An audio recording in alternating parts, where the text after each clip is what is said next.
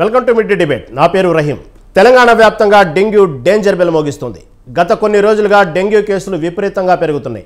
ప్రభుత్వ అధికారిక లెక్కల ప్రకారం ఈ ఏడాదిలో ఇప్పటి వరకు 5,372 మంది డెంగ్యూ బారిన పడ్డారు. జూన్ నెల చివరి వరకు 1,078 మందికి డెంగ్యూ నిర్ధారణ కాగా గత 2 నెలలుగా 4,294 మందికి డెంగ్యూ ఫీవర్ వచ్చింది. వైరల్ ఫీవర్స్తో ప్రజలు ఆసుపత్రులకు క్యూ కడుతున్నారు. దీంతో ప్రైవేటు గవర్నమెంట్ ఆసుపత్రులు కిటకిటలాడుతున్నాయి. ఇప్పటికే రాష్ట్రంలో 10 మంది వరకు డెంగ్యూతో మరణించినట్లు తెలుస్తోంది. మరోవైపు డెంగ్యూ నియంత్రణ పట్ల వైద్య ఆరోగ్య శాఖ విఫలమైందంటూ సీఎం రేవంత్ రెడ్డి ఆగ్రహం వ్యక్తం చేశారు. సీజనల్ వ్యాధుల నేపథ్యంలో అధికారులు ముందస్తుగా తీసుకోవాల్సిన జాగ్రత్తలు తీసుకోలేదనే విమర్శలు వెల్లువెత్తుతున్నాయి. దోమల నియంత్రణ విషయంలోనూ అధికారులు నిర్లక్ష్యతను ప్రదర్శించారనే ఆరోపణలు ఉన్నాయి. మొత్తంగా తెలంగాణ విషజ్వరాలతో వణికిపోతుంది. ఇదే అంశాన్ని గురించి వాటి మిడ్ డిబేట్లో చర్చిద్దాం.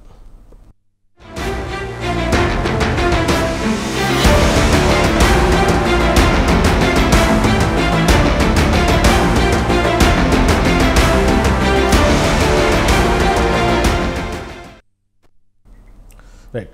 తెలంగాణ వ్యాప్తంగా డెంగ్యూ అనేది ఒక డేంజర్ బెల్స్ మోగిస్తుందనే చెప్పాలి. ఎందుకంటే సీజనల్ వ్యాధులతో పాటు ప్రతి సంవత్సరం వచ్చేటువంటి ఎన్నో జ్వరాలు, విష జ్వరాలు అది కామనే. అయినప్పటికీ ఈసారి డెంగ్యూ కేసులు విపరీతంగా పెరగటం ఇటు రాష్ట్ర ప్రభుత్వానికి ఇటు ప్రజల కలవర పెడుతున్నాయి. ఇదే అంశంపై ఈరోజు మిడ్ డిబేటు. దీంతోపాటు ఈ విషయాన్ని మనతో పాటు చర్చించడానికి డాక్టర్ విష్ణురావు వీరపనేని శ్వాస హాస్పిటల్ చైర్మన్ గారు మనతో పాటు సిద్ధంగా ఉన్నారు. అదేవిధంగా మన్నెం కోటేశ్వరరావు గారు విశ్లేషకులు వీరు కూడా మనతో పాటు సిద్ధంగా ఉన్నారు. ముందుగా మన్నెం కోటేశ్వరరావు గారు నమస్తే అండి. నమస్తే. తెలంగాణలో ఒక రంగ విషజ్వరాలు మాత్రం వణికిస్తున్నాయి. ఇటు ప్రభుత్వ దవాఖానాని లేదు, ప్రైవేట్ ఆసుపత్రులు లేదు, రోగులతో కిక్కిరిసిపోతున్నారు. దీనికి ప్రధాన కారణం రకరకాలుగా చెప్తున్నప్పటికీ కూడా ఈసారి సీజనల్ ఇంకా వదిలిపెట్టలేదు. రోజు రోజుకి కేసులు పెరుగుతూ ఉన్నాయి. ముఖ్యంగా డెంగ్యూ కేసులు పెరుగుతున్నాయి. దీనికి ప్రధాన కారణం ఏముండిద్ది అంటారు? మీ విశ్లేషణ ఏంటి? ఇప్పుడు వస్తున్నటువంటి జ్వరాలని మనం 2 రకాలుగా చూడాలి. ఒకటి సీజనల్ అంటే వాతావరణంలో వచ్చేటువంటి మార్పుల కారణంగా తలెత్తే వైరల్ ఫీవర్స్ అనేటువంటివి, వాటిని ఏ ప్రభుత్వం కానీ ఎవరు కానీ ఏమీ నియంత్రించేటువంటి అవకాశం లేదు. రెండవది డెంగీ కేసులు అనేటువంటివి లేదా మలేరియా ఇట్లాంటి ఇవన్నీ ఏంటంటే గత ప్రభుత్వాలు, వర్తమాన ప్రభుత్వం తీవ్ర నిర్లక్ష్యం చేసిన ఫలితంగా వస్తున్నటువంటి కేసులు ఇవి. ఎందుకంటే డెంగీ కేసులు ఇవన్నీ వీటిని కూడా దోమలతో వచ్చేటువంటి వాటిని మరి ప్రభుత్వాలు, ఏ ప్రభుత్వమైనా 10 ఏళ్ళు పరిపాలించినటువంటి ప్రభుత్వమైనా లేదా 8 నెలలు 9 నెలలుగా ఉన్నటువంటి ప్రభుత్వమైనా కానీ తగినటువంటి శ్రద్ధ సకాలంలో చర్యలు తీసుకోవడం కారణంగా ఈ డెంగీ వ్యాధులు అనేటువంటివి లేదా మలేరియా అనేటువంటిది విపరీతంగా ఉన్నది. ప్రభుత్వం చెప్తున్నటువంటి లెక్కలన్నీ కూడా ఒక అంచనా మాత్రమే.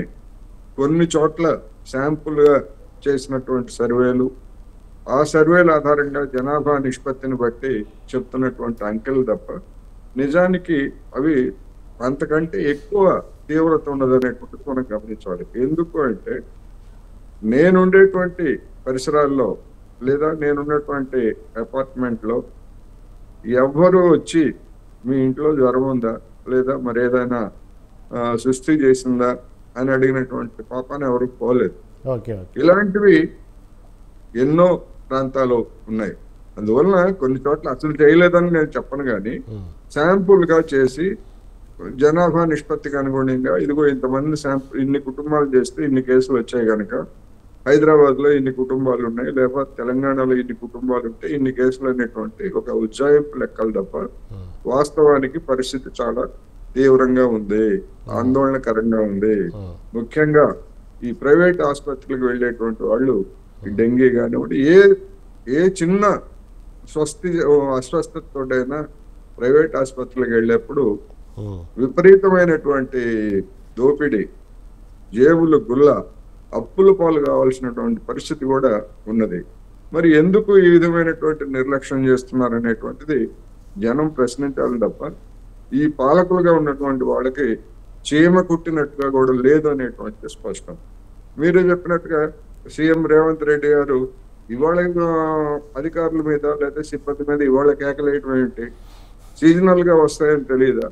హైదరాబాద్ లాంటి మహానగరంలో డెంగీ వ్యాప్తికి అవసరమైనటువంటి భౌతిక పరిస్థితులు అనేటువంటివి ఉన్నాయని గతంలో ప్రతిపక్షంలో ఉండగా ఆయన లాంటి వాళ్ళు కానీ లేదా కాంగ్రెస్ లో ఉన్నటువంటి పెద్దలు కానీ గత ప్రభుత్వాలను విమర్శించారు.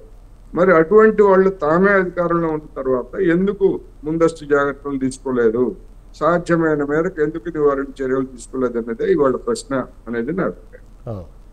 అంటే అంటే ప్రధానంగా ఇక్కడ చూసుకుంటే వాతావరణ పరిస్థితులు చూసుకుంటే ఈసారి వర్షాలు ఎక్కువగా పడటం వల్ల కూడా కొంత ఈ డెంగ్యూ కారణానికి ప్రధానంగా చెప్తా ఉన్నారు. అంటే దాంతోపాటు దోమలు విపరీతంగా పెరగటం, ఇటుపక్క డ్రైనేజీ సరైనటువంటి వ్యవస్థ హైదరాబాద్లో లేకపోవటం, దానివల్ల విపరీతమైన దోమలు పెరగటం వల్ల కూడా ప్రధానంగా అంటే డెంగ్యూకి మూలం దోమలు కాబట్టి ఇదని కూడా చెప్తా ఉన్నారండి మన్యం కోటేశ్వర గారు. దీనికి ప్రధానంగా అదేనంటారా కారణం? డెఫినెట్ గా విష్ణురావు గారిని అడిగారా, నన్ను అడిగారా? మిమ్మల్నేనండి కోటేశ్వర గారు. డెఫినెట్ గా. ఎందుకు అంటే డెంగ్యూ అనేటువంటిది పగటిపూట కుట్టేటువంటి దోమలు ఇటీవల కాలంలో గత 2 నెలల కాలంలో విపరీతంగా పెరిగాయి. మరి ఈ పగటిపూట కుట్టే దోమలు కావచ్చు లేదా రాత్రిపూట కుట్టే దోమలు కావచ్చు, ఎప్పుడైనా వర్షాలు పడతాయని తెలుసు, వర్షాలు పడినప్పుడు ఎటువంటి ముందు జాగ్రత్తలు తీసుకోవాలో తెలుసు. మరి మనం కొత్తగా అధికారానికి రాలేదు, కాంగ్రెస్ కొత్తగా అధికారానికి రాలేదు, లేకపోతే అధికార యంత్రాంగం కొత్తగా ఉద్యోగానికి వచ్చినటువంటి వాళ్ళు కాదు కదా. నాలాలు బాగు చేయటం కానీ లేదా నీటి నిల్వ ఉండేటువంటి ప్రాంతాల్లో ఈ లార్వా నిరోధం ఇటువంటి చర్యలన్నీ మరి తీసుకోవాలి కదా. ఎందుకని తీసుకోలేదు అంటే ఏమీ లేకపోతే, వర్షాలు ఏమీ లేకపోతే వీళ్ళకి ఏమీ పనే ఉండదు. వర్షాలు పడితే మరి దానికి అవసరమైనటువంటి ముందస్తు జాగ్రత్తలు ఎందుకు తీసుకోరు? తీసుకోవాల్సిన బాధ్యత ఉన్నదా లేదా? నాళాలను శుభ్రం చేయటం కానీ, నాళాల మీద ఉన్నటువంటి ఆటంకాలను తొలగించడం కానీ వర్షాలు పడిన తర్వాతనే ఇవన్నీ గుర్తుకొస్తాయా పాలకులకి? గడిచినటువంటి పాలకులు నిర్లక్ష్యం చేశారు, ఓకే, దాని మీద విమర్శించారు, అన్ని అయిపోయింది. మరి ఇప్పుడు వీళ్ళకి ఎందుకు ఇంత తీరా ఈ విధమైనటువంటి పరిస్థితి దారుణంగా ఉన్న తర్వాత ఎందుకు ఇప్పుడు ఈ విధంగా మాట్లాడుతున్నారు? ఎవరిని సంతుష్టీకరిస్తారు, ఎవరిని ఓదారుస్తారు? ఇది సమస్య. అవునవును కోటేశ్వర, మీరు చెప్పినట్టుగానే ఈ వర్షాకాలం అనేది ప్రతి సంవత్సరం వచ్చేదే, ప్రతిసారి ఈ సీజనల్ వ్యాధులు సహజమే. కాకపోతే ముందస్తు జాగ్రత్తగా చర్యలు తీసుకుంటే ఇంత ధోరణి అనేది ఉండేది కాదు. ప్రతిసారి ఇలా జరుగునందువల్ల కూడా ఇలా ప్రతిపక్షాలు లేదా ప్రతిపక్ష ప్రభుత్వం మీద నెపం అనేది మోపకుండా ముందస్తు జాగ్రత్త తీసుకుంటే మంచిదండి. మాట్లాడుతుంది దాని మీద విష్ణురావు గారు. విష్ణురావు గారు నమస్తే అండి. నమస్కారం అండి. ఈ తెలంగాణ వ్యాప్తంగా ఈ డెంగ్యూ అనేది ఒక డేంజర్ బెల్స్ మోగిస్తుంది. యాక్చువల్గా రాష్ట్రంలో కూడా హెల్త్ ఎమర్జెన్సీ పాటించాలి అనేటువంటి ప్రతిపక్షాలు కూడా పెద్దగా చెప్తా ఉన్నాయి.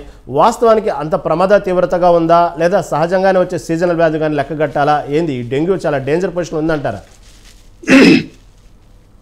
అందరికీ నమస్కారం అండి.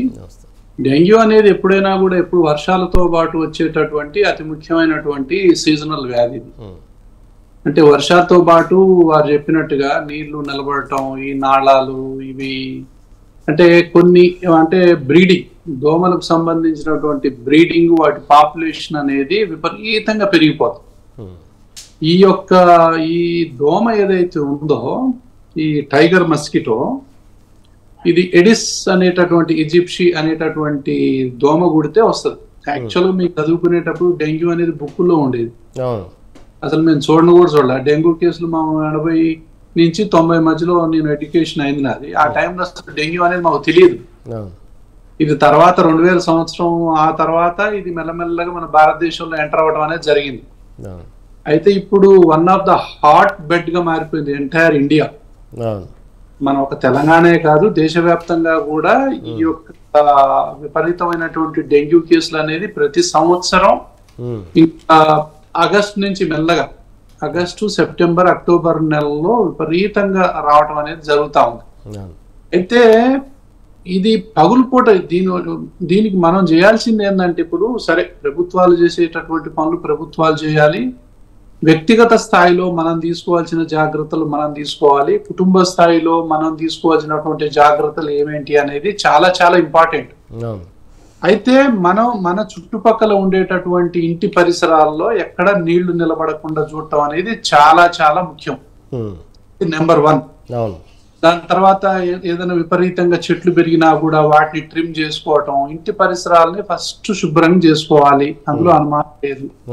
ఇంకొకటి ఏంటంటే, పిల్లలు గాని పెద్దలు గాని పగులుపూటనండి, దోమలు కుట్టేది ఏంటంటే పగులుపూట. నైట్ పూట కాదు, ఇవి వెనకం వచ్చి కొడతాయి ఎక్కువగా. చెవు వెనక భాగాల ఇట్లా ఈ మోచేతుల మీద ఇటు వెనక పక్క వెనకంగా ఎక్కువ వచ్చి దాడి చేస్తాయి ఇవి. Okay okay. సో ఇది ఎంత ప్రమాదకరమైనటువంటి దోమ అంటే ఇది ఒక్క కాటు బలంగా వేస్తే డెంగ్యూ వచ్చే అవకాశం ఉంటుందండి. అంత డేంజర్ ఇది. ఏదో 10 సార్లు 20 సార్లు కుట్టాల్సిన అవసరం లేదు. కోట్ అనేది బ్లడ్ వెసల్ మీద కరెక్ట్ గా పడితే అది కరెక్ట్ గా దాని ఎంతసేపు అయితే అది తనివి తీరా కుడుతుందో అందులో ఉన్నటువంటి వైరస్ ని మన బ్లడ్ లోకి అది డిశ్చార్జ్ చేస్తుంది. Even single bite is enough to cause the dengue fever. ఒకసారి ఇట్లా ఎన్నో సార్లు కరుస్తా ఉంటది కదా. సో ఇట్లా కరిచినప్పుడు ఏంటంటే పగులు పూట మనం వ్యక్తిగతంగా తీసుకోవటువంటి జాగ్రత్తలు ఏంటి, పిల్లలకు కంపల్సరిగా ఫుల్ హ్యాండ్స్ చేయాలి. మొత్తం అసలు టోటల్ గా ఫుల్ హ్యాండ్స్ చేయాలి. ఈ కాలర్ కూడా పైకి పెట్టాలి. సో అట్లా పెట్టి ఫుల్ లెంగ్త్ ప్యాంట్స్ కానీ ఇలాంటివి వేయాలి. మస్కిటో కుట్టకుండా తీసుకోవాల్సినటువంటి అన్ని జాగ్రత్తలు, రిపెల్లెంట్స్ కానివ్వండి, ఏదైనా కానివ్వండి, బ్యాట్స్ కానివ్వండి, ఏదైతే చర్యలు ఉన్నాయో మన దగ్గర అన్ని తీసుకోవాలి. గమ్మతే నాకు ఎక్కడ అనిపిస్తుంది అంటే అండి, టెక్నాలజీ, ఆర్టిఫిషియల్ ఇంటెలిజెన్స్, మనం చంద్రమండలానికి పోతున్నాం, అక్కడికి పోతున్నాం, కానీ దోమల్ని చంపే ఎఫెక్టివ్ పరికరం ఇంతవరకు లేదండి. అవునవును, దోమల్ని చంపే ఎఫెక్టివ్ పరికరం ఇంతవరకు లేకపోవడం అనేది చాలా ఆశ్చర్యం కలిగిస్తుంది నాకు. అయితే ఒకవేళ సైంటిఫిక్ ప్రోగ్రెస్ ఏదన్నా ఉందంటే ఫస్ట్ ప్రజల్ని మనం కాపాడుకోవాలి అని మనం డిసైడ్ చేసుకున్నప్పుడు మన దేశంలో ఉన్నటువంటి ఐఐటీస్ కు ఫస్ట్ ఇవ్వాల్సిన టాస్క్ ఏంటంటే అసలు ఈ దోమల్ని చంపేటటువంటి పరికరాన్ని ఉదాహరణ మంచి తయారు చేయండి. అంటే మోస్ట్ ఎఫెక్టివ్, ఏదైతే మోస్ట్ ఎఫెక్టివ్ ఉంటుందో దాన్ని తయారు చేయమని చెప్పాలి అసలు. అంటే దీని వల్ల మరణించిన, ఇది పల్లెటూరు అని లేదు, పట్టణం అని లేదు, అందరూ దోమల వల్ల అందరూ ఇబ్బంది పడే వాళ్ళు, అందరూ దానికి ఫేస్ చేస్తున్న వాళ్ళే ఉన్నారు. ఒక టాస్క్ ఇవ్వాలి, దేశవ్యాప్తంగా ఒక టాస్క్ ఇవ్వాలి దీని మీద. విష్ణురావు గారు మీరు చెప్పినట్టు ఇప్పుడు చూస్తున్నాం కదా, మన విజువల్స్ కూడా చూస్తున్నాం, ఇటు ప్రభుత్వ దవాఖానాలు కానీ ప్రైవేట్ ఆసుపత్రులు కానీ ఆ విధంగా పేషెంట్స్ బాగా ఎక్కిరిసిపోతూ ఉన్నారు. సహజంగా ఇప్పుడు మీరు చెప్పినటువంటి డెంగ్యూ దోమలు ఏదైతే ఉన్నాయో ఈ కుట్టేటప్పుడు పగలు కుడతాయంటున్నారు. ఇప్పుడు అంతమంది పేషెంట్లు ఉన్నారు కదా, ఆ పేషెంట్ కుట్టిన దోమ ఇంకొకరికి సహజంగా జనరల్గా హెల్త్ అంతా బాగున్నట్టు కుడితే అక్కడ వచ్చే అవకాశం ఉందా? ఎందుకంటే అక్కడ ఉన్నటువంటి పరిసరాలు చూడండి, ఆ సర్వీస్ చేసేవాళ్ళు కానీ చుట్టాలు కానీ విపరీతంగా ఉన్నారు. వాళ్ళ పరిస్థితి ఏంది? ఏమైనా ప్రికాషన్స్ తీసుకోవాలా? అలా ఎవరైనా సరే వ్యక్తిగత శ్రద్ధ, వ్యక్తిగత జాగ్రత్తలు అనేవి మనం ప్రభుత్వం పాయింట్ ఆఫ్ వ్యూ నుంచి కానీ, మనం ఒక వ్యక్తులుగా కానీ, ఒక స్వచ్ఛంద సంస్థలు కానీ, అందుకే నేను ఏమంటానంటే ఆరోగ్య సూత్రాల మీద అవగాహన అనేది అంతులేని ఒక వ్యాపకంగా జరగాలి సమాజంలో. ముఖ్యంగా సీజనల్ గా ఉన్నప్పుడు ఇప్పుడు మీరు ఇలాంటి కార్యక్రమాలు చేస్తా ఉన్నారు. ఇలాంటి కార్యక్రమాలని మనం వర్షాలు మొదలైనప్పటి నుంచే ఈ యొక్క దోమల విషయంలో మనం తీసుకోవాల్సిన జాగ్రత్తలు ఏంటి అనేది మనం కంపల్సరిగా ఇలాంటి డిబేట్స్ కనుక కండక్ట్ చేసినట్లయితే అది ప్రజల్లో పోద్ది. ఇప్పుడు సింపుల్ గా ఒంటి నిండా బట్టలు వేసుకోవాలి, పగులు పూట దోమలు కుడతాయి అనేటటువంటి చిన్న విషయాన్ని కనుక మనం చెప్పినట్లయితే చాలా చాలా ఇంపాక్ట్ ఉంటుంది. అదొకటి. దాని తర్వాత ఇప్పుడు మీరు ఒకళ్ళకి ఆల్రెడీ వైరస్ ఉన్న దాని మీద దోమ దాన్ని పీల్చి ఇంకొకళ్ళని కుట్టే అవకాశాలు ఎప్పుడు ఉంటాయి. అయితే వీటిల్లో ఏంటంటే అండి, ఫస్ట్ టైం కుట్టినప్పుడు మనం ఇందులో ఏ వైరస్ జబ్బైనా మనం ఇంకా అందరం ఎందుకు బతుకున్నాం అంటే అంత సీరియస్ ఏం కావు. 95% వాటంతటా తగ్గిపోతాయి. 98% ఒక జ్వరం లాగా వస్తుంది. ఇప్పుడు డెంగ్యూ ఉంది, కుట్టింది, 4 నుంచి 8 రోజుల మధ్యలో ఈ సిమ్టమ్స్ అనేది బయటపడతాయి. ఎట్లా బయటపడతాయి అంటే ఒకేసారి హై గ్రేడ్ ఫీవర్ 104కి వెళ్ళిపోద్ది ఒక్కసారి, విపరీతమైన చలి, బాడీ పెయిన్స్, ముఖ్యంగా డెంగ్యూలో కంటి వెనకాల నొప్పి. ఎవరైనా సరే ఈ ప్రోగ్రామ్ వినేవాళ్ళు విపరీతంగా 104 జ్వరం వచ్చి ఒళ్ళు నొప్పులు, మజిల్ నొప్పులు, జాయింట్ నొప్పులు, అంటే బ్రేక్ బోన్ ఫీవర్ అంటారు. అంటే ఒక బోన్ విరిగితే ఎంత నొప్పి ఉంటుందో అంత నొప్పి ఉంటది జాయింట్స్ లో, అంత నొప్పి ఉండటం. కంటి వెనకాల ఎక్కువగా నొప్పి ఉంటది, కంటి వెనకాల. విపరీతమైనటువంటి రిట్రో ఆర్బిటల్ పెయిన్ అంటాం. అవును, లోపల గుడ్లు పీకుతున్నాయి అంటుంటారు, గుడ్లు పీకినట్టు బ్లీడింగ్ వచ్చినా, అది ఈ హంస నుంచి బ్లీడింగ్ వచ్చినా, ఇవి కొన్ని లక్షణాలు. ఇది ఒకటి. ఫీవర్ రాగానే ఎవరైనా సరే చేయాల్సినటువంటిది ఏంటంటే ఫస్ట్ కంప్లీట్ రెస్ట్ తీసుకోవాలి. దానికి సంబంధించిన పారాసిటమాల్ టాబ్లెట్స్ కానీ వేసుకోవాలి. తర్వాత తడిబట్ట కంపల్సరిగా ఫోర్ హెడ్ మీద వేసుకోవాలి. తర్వాత లిక్విడ్ కి సంబంధించినటువంటి డైట్స్, మంచినీళ్లు విపరీతంగా తాగుతూనే ఉండాలి. ఎందుకంటే ఇందులో తొందరగా డిహైడ్రేట్ అయిపోతారు. కాబట్టి డెంగ్యూ ఫీవర్ లో మనం చేయాల్సింది ఏంటంటే హైడ్రేషన్ మెయింటైన్ చేయాలి. కాకపోతే 7th రోజు, ఇంకా మనం ఫస్ట్ డే నుంచి ఈ 7th డే కెల్లా వచ్చేసరికి ఏంటంటే కొంతమందికి సడన్ డ్రాప్ ఆఫ్ ఫీవర్, ఒకసారి పడిపోతుంది టెంపరేచర్, పడిపోయి ఒకలాంటి షాక్ లోకి వెళ్తారు. కొంతమంది మాత్రమే, నేను చెప్పాను కదా 100లో 2-3 మాత్రమే. వీళ్ళు కూడా ఎవరు అంటే సెకండ్ టైం, ఫస్ట్ టైం ఇప్పుడు కొంతమందికి డెంగ్యూ వచ్చిందండి, వాడు సరే మామూలుగా అసలు ఎంతమందికి మనకు వచ్చిపోతుందో కూడా మనకు తెలియదు. చాలా మందికి కొంచెం ఒళ్ళు నలసటగా ఉంటది, 2 రోజులు జ్వరం ఉంటది, వాళ్ళు మంచిగానే కోలుకుంటారు. చాలా మంది అసలు 50 people లో వచ్చింది పోయింది కూడా తెలియదు. ఇదే వ్యక్తికి సెకండ్ టైము, థర్డ్ టైము అదే దోమ కుడితే వీళ్ళు ప్రమాదానికి గురవుతారు. ఎందుకంటే దీనివల్ల ఇమ్యూనిటీ రాదు మనకి. ఒకసారి కుడితే ఇమ్యూనిటీ వస్తే చికెన్ గున్యా ఉంది, చికెన్ గున్యా కూడా ఎడీస్ దోమ కుడితేనే వస్తుంది. కాకపోతే అదృష్టం ఏంటంటే దాంట్లో ఇమ్యూనిటీ వస్తుంది, లైఫ్ లాంగ్ ఇమ్యూనిటీ. అయితే డెంగ్యూ ఫీవర్ లో ఈ వైరస్ కొంత తేడా ఉంటది, దీనికి ఇమ్యూనిటీ లేదు. లేకపోవటం వల్ల సెకండ్ టైం గుట్టిన వాళ్ళు, థర్డ్ టైం గుట్టిన వాళ్లకు డేంజర్ అవుతుంది. అంటే ఎంత డేంజర్ అంటే ప్రాణాపాయం స్థితికి వెళ్ళిపోతారు. 2వ-సారి 3వ-సారి డెంగ్యూ ఫీవర్ వచ్చిన వాళ్ళు. అందుకే ఈ సందర్భంగా ఎవరైనా చూసేవాళ్ళు, సార్ నాకు ఆల్రెడీ డెంగ్యూ ఫీవర్ వచ్చింది, ఇప్పుడు 2వ-సారి కూడా డెంగ్యూ ఫీవర్ అంటున్నారు, లేదా 3వ-సారి డెంగ్యూ ఫీవర్ అంటున్నారు అంటే మాత్రం మనం అప్రమత్తంగా ఉండాల్సినటువంటి అవసరం ఉంది. కాబట్టి సరి అయినటువంటి లిక్విడ్స్ తీసుకోవటం, జనరల్ గా కంప్లీట్ రెస్ట్ తీసుకోవటం, తర్వాత ఆ లిక్విడ్ ఆహారం తీసుకోవటం, టెంపరేచర్ ని కంట్రోల్లో పెట్టుకోవటం, పెయిన్ కి సంబంధించిన మందులు వాడటం తీసుకోవాలి. డాక్టర్ ని ఇప్పుడు సంప్రదించాలి అంటే కొంచెం అసలు నడవలేకపోవటం, నీరసంగా ఉండటం, బాగా ఉండటం, బీపీ మెల్లమెల్లగా పడిపోతా ఉండటం, ఇలాంటి లక్షణాలు ఉన్నప్పుడు మనం వెళ్ళాలి. ఓకే డాక్టర్, ఓకే మేడం, మాట్లాడుతుంది ఇంకా దాని గురించి.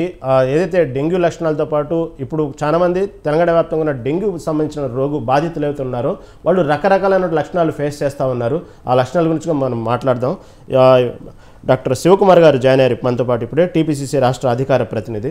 నమస్తే అండి. తెలంగాణ వ్యాప్తంగా డెంగ్యూ అనేది ఒక డేంజర్ బెల్ మోగిస్తుంది. డెంగ్యూ అనే పదం ఇప్పుడు చాలా భయంకరంగా అయిపోయింది తెలంగాణ వ్యాప్తంగా చూసుకుంటే. ఇప్పటికీ 10 మంది చనిపోయారు కూడా. అయినప్పటికీ ఏదైతే ఆ డెంగ్యూ నియంత్రణలో మాత్రం ప్రభుత్వ ఆరోగ్య శాఖ బాగా విఫలమైందంటూ స్వయంగా సీఎం రేవంత్ రెడ్డి ప్రకటించడం, వార్నింగ్ ఇవ్వడం జరిగింది. దీన్ని ఎలా చూడాలి? ముందుగా స్వతంత్ర శ్రీ ప్రేక్షకులకు, మీకు ప్యానల్ ఉన్న వారికి నమస్కారం. ఒకటి ఏమంటే, గతంలో ఏదైతే డ్రైనేజ్ పైప్ లైన్ ఉందో ఒక 60-70 ఏళ్ళ క్రితం ఏదైతుందో అదే పైప్ లైన్ ఉంది. ఈ తర్వాత పెద్దగా ఆ పైప్ లైన్ పెద్దగా చేసింది ప్రభుత్వాలు ఏం మాత్రం పట్టించుకోలేదు. కానీ ఏదైతే ఈ కాంప్లెక్స్లు, లేకపోతే పెద్ద పెద్ద అపార్ట్మెంట్స్, విల్లాలు ఇటువంటి పెద్దగా చేసేసి దాంట్లో మళ్ళీ అవే వాళ్ళు వాడే వాటరు అదంతా కూడా ఇదే పైప్ లైన్లకి రావాలి. కొద్దిపాటి వర్షం వస్తే ఈరోజు అవన్నీ తట్టుకొని మొత్తానికి ఆ నీళ్ళన్నీ మళ్ళీ బయటికి రావడం, మురికి నీళ్ళన్నీ బయట రావడము, రోడ్ అంతా తిరగడం. ఇంతకుముందు డాక్టర్ గారు చెప్పినట్టు ఏదైతే ఎక్కడైతే నీళ్లు నిల్వ ఉంటాయో అక్కడ మటుకు ఖచ్చితంగా అశుభ్రత ఉంటుంది. కాబట్టి దోమలు కానీ లేకపోతే వాళ్ళకి ఆ స్మెల్ వల్ల కానీ తొందరగా ఏదో రకంగా జ్వరం కానీ చలి రావడం కానీ ఇటువంటి సాధారణంగా జరుగుతున్నాయి. కాకపోతే ఈరోజు ఆ పైప్ లైన్లు అనేది కూడా ప్రతి గవర్నమెంట్, ఇప్పుడు కాంగ్రెస్ పార్టీ గవర్నమెంట్ వచ్చి 8 నెలలు అయింది కాబట్టి దీని మీద కూడా చర్యలు తీసుకోవాలని చెప్పి నేను మన స్వతంత్ర టీవీ లైవ్ డిబేట్ మూలకంగా కూడా నేను చెప్పడం జరుగుతుంది. ఎందుకంటే ఎంతైతే పైప్ లైన్లు చిన్నవినో దాంతో ప్రెషర్ ఏమో ఎక్కువ ఉంది, అక్కడ పైప్ చిన్నగా ఉంది కాబట్టి అవి పోతలేవు. ఇటువంటివి కూడా ఈ దానికి కూడా ఒక కారణం. ప్లస్ ఇంకోటి ఏమంటే స్టాఫ్ ఎవరైతే ఉన్నారో వాళ్ళు మొన్నటి వరకు ఏదైతే గత ప్రభుత్వంలో 10 సంవత్సరాలు నిర్లక్ష్యంగా ఉండింది, అసలు డ్యూటీకి ఎవరు వస్తుందా లేదా అనేది ఉండే, అదే స్టైల్ పోనీకపోతే కూడా మొన్న కోమటిరెడ్డి వెంకటరెడ్డి గారు కానీ ఇంకా వేరే మంత్రి వారు కానీ టైంకి వచ్చి అసలు ఎవరు ఆఫీస్కి వస్తున్నారు ఎవరు ఆఫీస్కి వస్తలేరు అనేది రెవెన్యూ డిపార్ట్మెంట్ కానీ లేకపోతే కొన్ని మెడికల్ డిపార్ట్మెంట్లో కానీ వాళ్ళు తనిఖీలు చేయడం జరిగింది. దాని తర్వాతనే అదే ఫీడ్బ్యాక్ ఉంది కాబట్టి ముఖ్యమంత్రి గారు కూడా దాని మీద కొంచెం సీరియస్గా అవ్వడం జరిగింది. ఇంకా సీరియస్గా అవ్వాలి. ఎందుకంటే ఇప్పుడు ఈ మధ్యన ఏదైతే సడన్గా మనకు వర్షాలు వచ్చినాయో కొత్త నీరు పాత నీరు లాగా కలిసిపోయినప్పుడు కూడా ఈ వాటర్తో కూడా ఇన్ఫెక్షన్ వస్తుంది. చాలామందికి సర్దీలు వస్తున్నాయి, దగ్గు వస్తుంది, జ్వరం వస్తుంది, కంప్లీట్గా బాడీ పెయిన్స్ ఉంటాయి. చిన్న పిల్లలు స్కూల్ పిల్లల నుంచి పెద్దవాళ్ళ వరకు కూడా ఇవి ఉంటాయి. అంటే ఇంకోటి ఇంతకుముందు సార్ చెప్పినట్టు దోమ కుడితే కొన్ని జాగాల ఏం తెలియదు, కొన్ని జాగాల మట్టుకు దాని మంట అనేది ఉంటుంది. అది కుట్టి పక్క జరిగిన తర్వాత మంట ఉంటుంది. ఆ కుట్టినప్పుడు అదే బ్లడ్ సక్ చేసినాక అది నెక్స్ట్ టైం పోయినప్పుడు ఆ బ్లడ్ వేరే వాళ్ళకి ఇంజెక్ట్ చేస్తుంది. సో అటువంటిప్పుడు ఇంకా తొందరగా కూడా అటువంటి వాళ్ళకి ఇంకా తొందరగా ఎఫెక్ట్ అవుతుంది. ఇటువంటి ఈ డెంగ్యూలో ఉన్న ఇది చికెన్ గున్యాలు అయితే ఒక్కసారి ఫీవర్ వచ్చిందంటే బాడీలో ప్రతి ఏదైతే జాయింట్స్ ఉన్నాయో ప్రతి జాయింట్స్ పెయిన్స్ ఉంటాయి ప్రతి బాడీలో. అట్లా ఉన్నోళ్ళు అట్లా వచ్చిన వాళ్ళు చాలామంది కూడా ఇప్పటివరకు కూడా ఆ బాడీ పెయిన్స్ అట్లనే కంటిన్యూ ఉంది. But they are taking some remedy, ట్యాబ్లెట్లు ఏదో వేసుకోవడం అది చేయడం అదే చెప్ప. అంటే కొంతమందికి నయం అయిపోతుంది, కొంతమట్టుకు చాలా మటుకు కొంచెం ఏజ్డ్ అనుకోండి, లేదు అంటే ఏదైతే చికెన్ గున్యా ఎఫెక్ట్ అయిన వాళ్ళకి మటుకు ఆ మధ్యన కూడా చాలామందికి వచ్చింది కంప్లీట్గా బాడీ పెయిన్స్ వాళ్ళకి. అంటే వయసుతో నిమిత్తం లేకుండా ప్రతి జాయింట్స్లో పెయిన్ రావడం వాళ్ళకి. ఎటువంటి అంటే ఫోల్డ్స్ చేయడం కానీ, కారు నడిపించేటప్పుడు కానీ, క్లచ్ కానీ, బ్రేక్ కానీ, ఒట్టలేని, స్టీరింగ్ తింపలేని అంత బాధాకరంగా పెయిన్స్ ఉంటాయి. ఇటువంటి చాలామంది ఇట్లానే కొంతమందికి ఉన్న దాంట్లో కూడా మనకు తెలిసిన దాంట్లో ఫ్రెండ్స్కి కూడా వచ్చినాయి. వాళ్ళు స్వయాన చెప్పడం జరిగింది.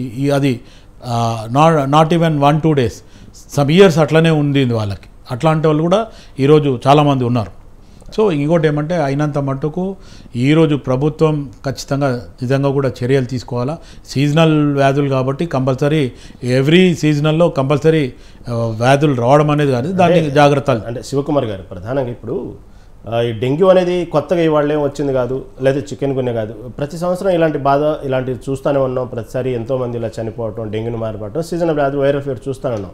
కాకపోతే ఎందుకు ఎక్కడ ప్రభుత్వం ముందస్తు చర్యలు తీసుకోవటం ఎందుకు విఫలమైందంటారు? వర్షాకాలం స్టార్ట్ అయ్యే ముందు ఎలా అయితే దానికి సంబంధించి మ్యాన్ హోల్స్ ఎక్కడ ఉన్నాయి, వాటర్ ఎటు ఫ్లో అవుతుంది, ఇవన్నీ పట్టించుకున్నాము. గత ప్రభుత్వాల కంటే కూడా మ్యాన్ హోల్స్ని బాగా గుర్తించామని చెప్పుకున్నటువంటి ప్రభుత్వం ఏదైతే కాంగ్రెస్ ప్రభుత్వం ఉందో దాని తగ్గట్టు సీజనల్ వ్యాధులు కూడా ముందస్తు జాగ్రత్తలు తీసుకోవట్లేదు ఎందుకు విఫలమైంది అంటారు? అంటే సీజనల్ వ్యాధులు సడన్గా మొన్నటి వరకు వర్షాలు లేకుండా, ఆ వర్షాలు లేనప్పుడు జనరల్గా బహుశా వాళ్ళు కూడా ఎవరైతే అధికారులు కానీ లేకపోతే దానికి సంబంధిత డిపార్ట్మెంట్ వాళ్ళు లైట్ తీసుకుని సడన్గా వర్షాలు పడడము, every day evening 6 o'clock 7 o'clock పడడము, రోడ్ అంతా జామ్ కావడము, కొన్ని జాగాలలో క్లీన్ కావడము, కొన్ని జాగాలలో క్లీన్ కాకపోవడము. ఆ వర్షాలలో కూడా కొంతమంది పని చేస్తున్నారు, పని చేస్తలేరు. అక్కడ ఎవరైతే కార్మికులు ఉన్నారో ఖచ్చితంగా ఆ వర్షాలలో కూడా వాళ్ళు ఆ నాలాలు ఓపెన్ చేసి క్లీన్ చేయడం అట్లాంటి పనులు చేయడం జరిగింది.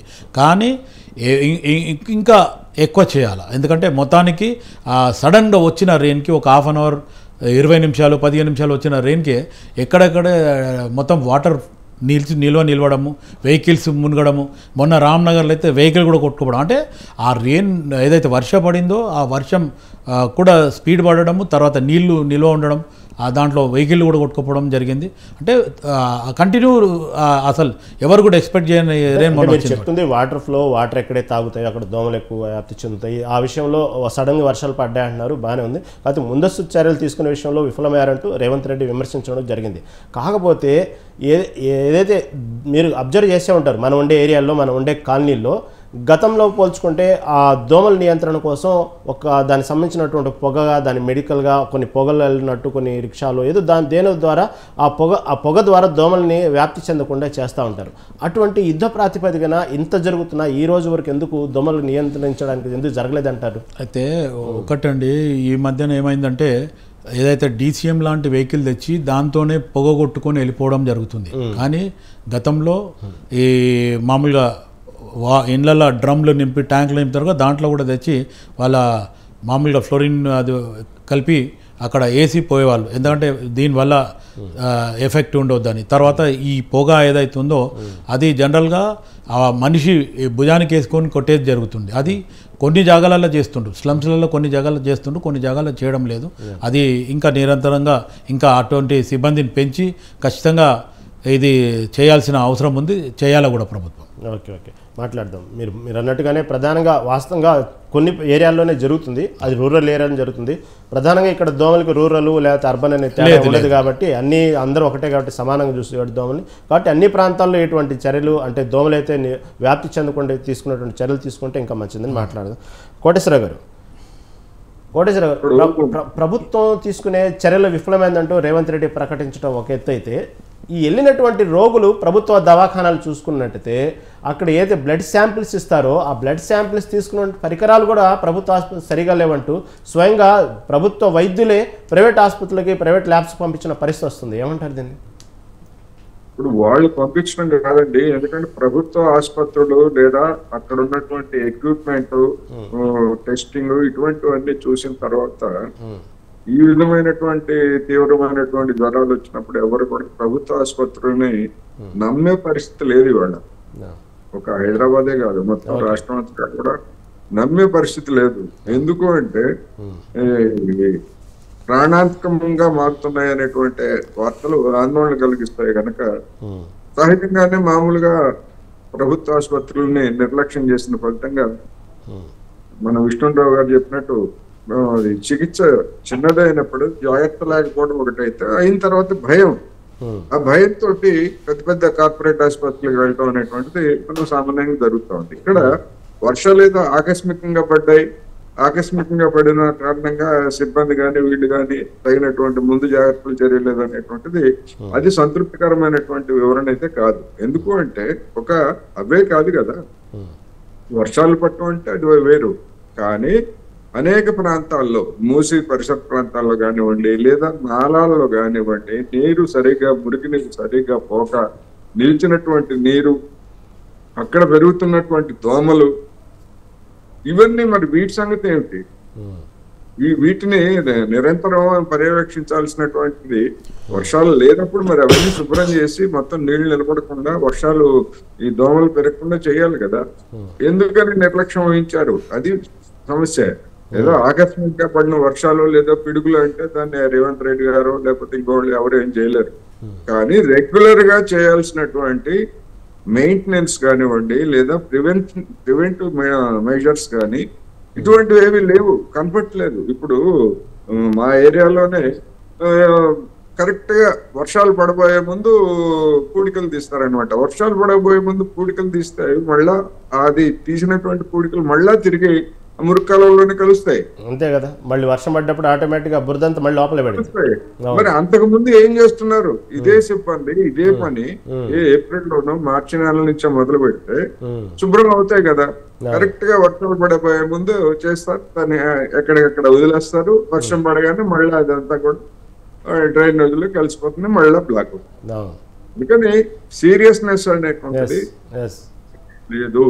అది గత ప్రభుత్వం లేదు, ఇప్పుడున్నటువంటి ప్రభుత్వం కూడా మిగతా రాజకీయాల మీద చూపుతున్నటువంటి శ్రద్ధ ప్రజారోగ్యం మీద లేదు అనేటువంటి మాత్రం మనం చెప్పుకోవాలి. అవును కోటేశ్వర గారు, నిజం మీరు చెప్పినట్టు ఏదైనా చేయాల్సిన పనిలో నిబద్ధత, చేయాల్సిన సీరియస్నెస్ అనేది ప్రజల పట్ల ఆరోగ్యం పట్ల తీసుకోవాల్సిన జవాబుదారీతనం ఉన్నప్పుడు ఏ ప్రభుత్వాలైనా దాన్ని సక్రమంగా పనిచేస్తే ప్రజలకు ఎటువంటి హానికరం ఉండదు. కాబట్టి దాన్ని ఎవరికి వాళ్ళు అది సీరియస్నెస్ తీసుకోవాలి, ఏ ప్రభుత్వం అయినప్పటికీ. దాన్ని మాట్లాడదాం సార్. విష్ణురావు గారు, ఇప్పుడు జ్వరం వచ్చిన వెంటనే కొంతమంది రక్త పరీక్ష చేయించుకోండి అంటే ఇప్పుడున్న వాతావరణాన్ని బట్టి భయంతో ఈ డెంగ్యూ సంబంధించినటువంటి ప్రాబ్లం ఫేస్ చేస్తూ చాలామంది రోగులు జ్వరం వచ్చిన వెంటనే బ్లడ్ టెస్ట్ చేయించుకోండి అది డెంగ్యూ కాదు అంటున్నారు. చాలామంది కన్ఫ్యూజన్ ఏంటంటే అసలు జ్వరం వచ్చిన ఎన్ని రోజుల తర్వాత డెంగ్యూ బయటపడిద్ది లేదా మొదటి రోజే బ్లడ్ టెస్ట్ చేయించుకోవాలా అనేది చాలామంది ఒక క్లారిటీ లేదండి. డెంగ్యూ ఎప్పుడు బయటపడిద్ది, జ్వరం వచ్చిన ఎన్ని రోజులకి డెంగ్యూ ఫీవర్ అని తెలిసిద్ది? ఈ రోజు జ్వరం వస్తే ఈ రోజే టెస్ట్ చేస్తే నెగిటివ్ ఉంటుందండి. సో ఒకటి ఏంటంటే ఈ సీజన్ లో ఒక డెంగ్యూయే కాదు, ఈ సీజన్ లో వచ్చేటటువంటి వైరల్ డిసీజెస్ చాలా ఉంటాయి. సో డెంగ్యూ వైరస్ కంటే కూడా ఎక్కువగా ఇన్ఫ్లుయెన్జా వైరస్ జ్వరాలే ఇప్పటికి కూడా ఎక్కువ. కాకపోతే డెంగ్యూ అనేది ప్రమాదకరం కాబట్టి డెంగ్యూ మీద ఎక్కువ ఫోకస్ చేస్తున్నాం అందరం. ఇన్ఫ్లుయెన్జా జ్వరాలు, influenza A, influenza B, influenza C అని ఉంటాయి. ఇన్ఫ్లుయెన్జా అనేది ఇప్పటికి కూడా ఎక్కువగా వస్తున్నటువంటి వ్యాధి. ఈ నెంబర్ 2 ఏంటంటే చికెన్ గున్యా ఉంది, డెంగ్యూ ఉంది, అక్కడక్కడ మలేరియా ఉంది. ఇంకోటి ఏంటంటే ఇతర కామన్ వైరల్ డిసీజెస్ కూడా కొన్ని ఉంటాయి. ఇప్పుడు నేను గమనించింది ఏంటంటే ఈ త్రిపురారం మండలంలో కొన్ని ఊర్లలోనే జ్వరాలు వచ్చి నడవలేని పరిస్థితికి వచ్చింది. ఎందుకంటే మా బంధువులు ఉన్నారు అక్కడ, వాళ్ళు చెప్పారు చాలా మందికి ఊర్లలో జ్వరాలు వచ్చి అందరూ కూడా నడవలేని పరిస్థితులు. అంటే చికెన్ గున్యా ఉండొచ్చు, లేదా కొన్ని వైరల్ డిసీజెస్ ఎట్లుంటే పోస్ట్ వైరల్ ఆర్థరైటిస్ అంటాం. అంటే ఏ వైరస్ వచ్చినా కూడా జాయింట్ల మీద పనిచేస్తుంది. అసలు ఏ వైరస్ వల్ల వస్తుంది, ఇది చికెన్ గున్యానా, డెంగ్యూ ఫీవరా, లేకపోతే ఇతరత్ర వైరస్ లా అనేది ఏంటంటే మనకు ఒకటి ల్యాబొరేటరీ ఉంది మన శాంతినగర్ వైరల్ ల్యాబొరేటరీ.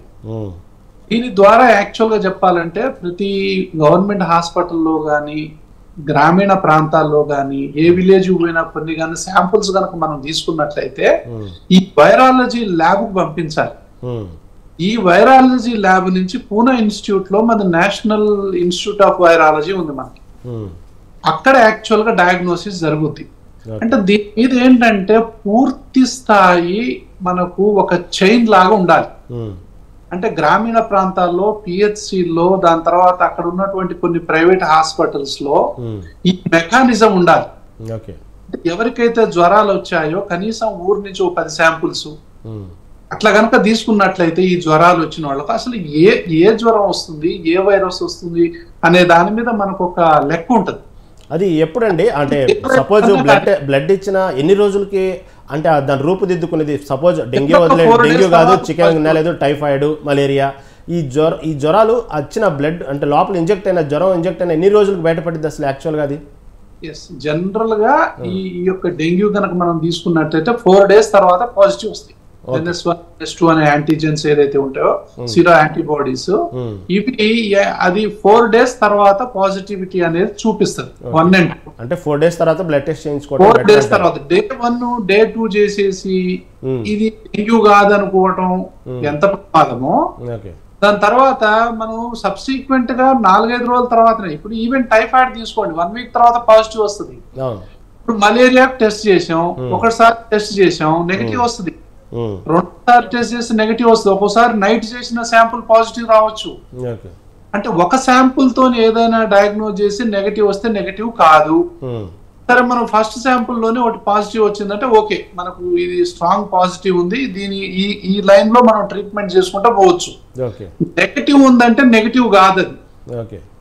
కాబట్టి ఈ యొక్క పాజిటివ్ వచ్చిన దాకా కొన్ని ఇప్పుడు ఇన్ఫ్లుయెన్జా ఉంది, దాని థ్రోట్ కు సంబంధించినటువంటిది, నేసల్ కు సంబంధించినటువంటి స్వాబ్స్ తీసుకోవాలి. డెంగ్యూ వస్తే బ్లడ్ కు సంబంధించింది తీసుకోవాలి. ఇట్లా ఈ యొక్క ఏది తీసుకోవాలి, కొన్ని కాఫ్ అంటే కొన్ని స్ఫూటం ద్వారా తెలిసే ఉంటాయి, కొన్ని స్మియర్ ద్వారా తెలిసే ఉంటాయి. ఇట్లా రకరకాలైనటువంటి పరీక్షలు ఏదైనా సరే Day 1 రోజు పాజిటివ్ అనేది జనరల్ గా ఉంటది. ఏది Day 1 Day 2 అనేది పోయి ఈ రోజు జ్వరం రాగానే మీరు పోయి చేయించుకోవటం అనేంత వేస్టింగ్ కోట్ ఉండదు. అవును, అదేనండి. చాలా మంది కన్ఫ్యూజన్ లో ఉన్నారు. చాలా మంది ఇప్పుడున్న వాతావరణానికి భయపడి జ్వరం రాగానే ఆ నిర్ధారణ కోసం ఫస్ట్ ల్యాబులకు సొంతంగానే పరిగెత్తేసి వాళ్ళే ఓన్గా డెంగ్యూ టెస్ట్ చేయమనో వాళ్ళే పేరు పెట్టి చేయిస్తున్నారు. పెద్ద ఉపయోగాలు ఉండవు. అవునవును. సో ఇలాంటి కొన్ని, దాని తర్వాత స్టాండర్డ్ ల్యాబొరేటరీస్ లో కొన్ని, ఇప్పుడు కొంచెం టైఫాయిడ్ ఉందండి, టైఫాయిడ్ అన్నిట్లో పాజిటివ్ వస్తాయి జనరల్ గా టెస్ట్ చేస్తే, అంటే దాని అర్థం అది పాజిటివ్ అని కాదు. కాబట్టి టైఫాయిడ్ పాజిటివ్ ఉండాలంటే ఖచ్చితంగా దాని మీద అవగాహన ఉన్నటువంటి డాక్టర్ యొక్క పర్యవేక్షణలో రైజింగ్ టైటర్స్ అంటాం. ఇప్పుడు 1:80, 1:60 అని వస్తాయి, కొన్ని 1:40 అని వస్తాయి. ఆ వచ్చినాయి కూడా కొంతమంది పాజిటివ్ అని చెప్పి టైఫాయిడ్ వైద్యం చేయడం అనేది జరుగుతుంది. 1:180, 1:180 అట్లా రైజింగ్ టైటర్స్ అంటాం. ఈ వారం చేస్తే మళ్ళీ 4-5 రోజుల తర్వాత చేసిన తర్వాత మళ్ళీ ఎక్కువ రైజ్ 1:180 పక్క మళ్ళీ టైఫాయిడ్ లోనే పైన ఒక సింటమ్స్ టైప్ 1 మళ్ళీ ప్లస్ అని కింద చూపిస్తా ఉంది. ఏంటంటే సిమ్టమ్స్ టెస్ట్ లో టెస్ట్లే కాదండి, ఒక్కోసారి టెస్ట్ నెగటివ్ ఉండొచ్చు. ఇంకో విషయం ఉంది ఇక్కడ, ఇప్పుడు డెంగ్యూ ఫీవర్ ఉంది, అన్ని నెగటివ్ ఉండొచ్చు. డాక్టర్ యొక్క క్లినికల్ స్కిల్స్, డాక్టర్ యొక్క డిస్క్రిషన్ చాలా ఇంపార్టెంట్. ఆ పేషెంట్ సిమ్టమ్స్ తర్వాత బ్లీడింగ్ ఉంది, తర్వాత హిమరేజ్ అయితా ఉంది, తర్వాత దీన్ని మనం దానికి సంబంధించినటువంటి క్లినికల్ ఫీచర్స్ అంటాం, అంటే రోగ లక్షణాలు డాక్టర్ కి ఎక్కువ తెలుస్తాయి. సో దాన్ని బట్టి మనం ఆ లైన్ లో ట్రీట్ చేయాల్సినటువంటి అవసరం కూడా ఉంటది. ఓన్లీ టెస్ట్ల మీదనే మనం డిపెండ్ అయిపోయి వైద్యం చేయటం అనేది కూడా మంచిది కాదు. మీరు గమనిస్తేనండి విష్ణురావు గారు, మీరు గమనిస్తే మీకు తెలియదు అనేది ఎంతో మీరు ప్రాక్టీస్ చేస్తున్నారు కాబట్టి మీకు తెలుసు, చైర్మన్గా ఉన్నారు కాబట్టి. గతంలో ఏదైనా మెడిసిన్ వాడారనుకోండి, ఎనీ ఫీవర్ లేదా ఎనీ ఇష్యూ, ఎనీ సిక్, దానికి సంబంధించిన మెడిసిన్ వాడినప్పటికీ చాలా ఫాస్ట్గా 2వ రోజు 3వ రోజు 4 రిజల్ట్ ఇచ్చిద్ది. మళ్ళీ మామూలుగానే జనరల్గా ఎవరి పనులు వాళ్ళు చేసుకుంటూ ఉంటారు. కానీ ఈ మధ్యకాలం గమనిస్తే 2019 కరోనా మొదలైనప్పటి నుంచి ఏదైతే ఉందో తొందరగా మెడిసిన్ పనిచేయట్లేదు. అది మెడిసిన్ల లోపమా లేకపోతే పబ్లిక్లో ఇమ్యూనిటీ పవర్ తగ్గిందా అంటే ఏమంటారు? ఏం లేదు, అంటే ఒకటి కరోనా వచ్చి మనుషుల యొక్క కొన్ని ఇమ్యూనిటీని దెబ్బతీసిన మాట వాస్తవం. దాని తర్వాత ఇప్పుడు కొంతమందికి అంటే రెస్పిరేటరీ సిస్టమ్ లో ఆ వైరస్ వచ్చి చేసిన దాడికి చాలా మంది తర్వాత ఆస్తమా బయటపడింది, చాలా మందిలో మేము చూసింది. తర్వాత ఇమ్యూన్ సిస్టమ్ తగ్గిపోయింది, తర్వాత చాలా మంది డిప్రెషన్ లోకి వెళ్ళిపోయారు. ఇప్పటికి కూడా కొంతమంది అలసటతో బాధపడే వాళ్ళు ఉన్నారు. ఇప్పటికి కూడా ఊపిరితిత్తులలో చిన్న చిన్న చేంజెస్ ఉండి ఇప్పటికి కూడా ఆయాసం వస్తూ ఇప్పటికీ కోలుకునే వాళ్ళని చూసాం మేము మైండ్ పరంగా. సో ఇలాంటి ఇమ్యూనిటీ అది ఎంత తీవ్రంగా పనిచేస్తుంది అనేది తెలియదు, కానీ ఈ విధమైనటువంటి ఈ వైరల్ అటాక్స్ ఇది వస్తుంది అది వస్తుంది. ఇప్పుడు ఎంపాక్స్ అనేటటువంటి వైరస్ ఇప్పుడు కొత్తగా వస్తుంది. ఈ ఎంపాక్స్ అనేది మళ్ళీ ఒక కొత్త సమస్య. అంత రాలేదు కానీ అది దాని గురించి అక్కడ వస్తుంది. ఇప్పుడు ట్రిపుల్ ఈ వైరస్ అని ఉంది ఒకటి, ఈస్టర్న్ ఈక్వినో, దాని తర్వాత ఎన్సెఫలైటిస్ వైరస్ అని చెప్పి అమెరికాలో అది ఉంది. మన దేశంలో ఆ దోమలు లేవు, అదృష్టవశాత్తు ఆ దోమలు మన దేశంలో లేవు. ఈ దోమలు మన దేశంలో ఎప్పుడు వస్తాయో తెలియదు. ఒకప్పుడు డెంగ్యూ కూడా లేదు మన దేశంలో. మరి ఇలాంటి దోమలు కనుక మన దేశంలో ఉంటే ఆ ట్రిపుల్ ఈ అనేటటువంటి వైరస్ అయితే 30% మోర్టాలిటీ ఉంది. మహా డేంజరస్ వైరస్. కాకపోతే మన దేశంలో ఆ దోమలు బతకవు. మాట్లాడదాం మాట్లాడదాం దాని గురించి కూడా. రకరకాల వైరస్లు ఉన్నాయి, దాని గురించి కూడా మాట్లాడదాం. యాక్చువల్గా WHO కూడా ప్రకటించింది కరోనా తర్వాతనే చాలా మందికి ఇమ్యూనిటీ పవర్ దెబ్బతింది అన్నట్టు కూడా WHO ప్రకటించడం చూసాము. చాలా మంది హార్ట్ అటాక్ సంబంధించినప్పుడు కూడా కొన్ని ఇష్యూస్, కొన్ని రూమర్స్ అయినాయి. అది వాస్తవాలు అవాస్తవాలు శాస్త్రీయ ఆధారాలు లేవు, కానీ దాని గురించి శాస్త్రీయ ఆధారాలు లేవు. కానీ అప్పటి నుంచి ఈ వార్త ఎక్కువ ప్రధానం నడుస్తుంది. దాని మీద మాట్లాడదామండి శివకుమార్ గారు. ఇప్పుడు ఏదైతే డాక్టర్ గారు చెప్పినట్టు కొన్ని పల్లెలు, కొన్ని పట్టణాలు, కొన్ని ప్రాంతాల పేర్లు కూడా డాక్టర్ గారు మెన్షన్ చేశారు. ప్రధానంగా అంటే ఊర్లే టైఫాయిడ్, డెంగ్యూ, ఏదో రకరకాల లక్షణాలు, బాడీ పెయిన్స్, కాళ్ళు చేతులు మొత్తం నొప్పులు, లెగలేని పరిస్థితి, ఊరు మొత్తానికే జ్వరాలు వచ్చినటువంటి పరిస్థితిలోనే మళ్ళీ ప్రభుత్వం మెడికల్ క్యాంపుల పట్ల ఎందుకు శ్రద్ధ వహించట్లేదు? అలాంటి చోట్ల మెడికల్ క్యాంప్ పెట్టి ఎక్కడ మూలాలు, ఏం జరుగుతుంది ఆ ప్రాంతానికి, అంటే ఒక్కో ప్రాంతానికి ఒక్కో రకమైనటువంటి ఉన్నాడు కాబట్టి టెన్షన్స్, ఎందుకు దానికి సంబంధించిన నివారణ చర్యలు చేపట్టట్లేదు? గతంలో ఏదైతే బస్తీ దవాఖానాలు అనేది కొన్ని జాగాలలో పెట్టేసి కొంచెం చేయడం జరిగింది గతంలో ప్రభుత్వం. ఇప్పుడు మొన్న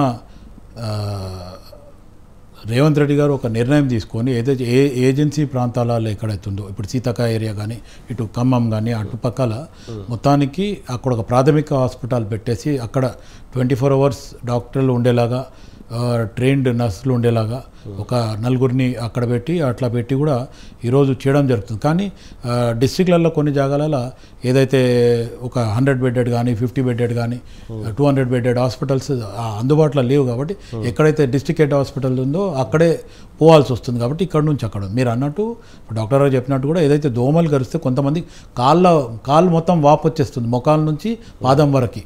అది ఇంకా ఎన్ని రోజులకు తగ్గుతుందో చెప్పలేని పరిస్థితి. అట్లా కూడా జరిగింది, చూసాం గతంలో కూడా. అయితే ఇవన్నీ ఏమంటే మొత్తానికి చర్యలు తీసుకోవాలా. ఇప్పుడు మీరు అన్నట్టు ముఖ్యమంత్రి గారు స్వయాన ఒప్పుకుంటారంటే ఇంకా మళ్ళీ మేము కొత్తగా చెప్పేది ఏముండదు.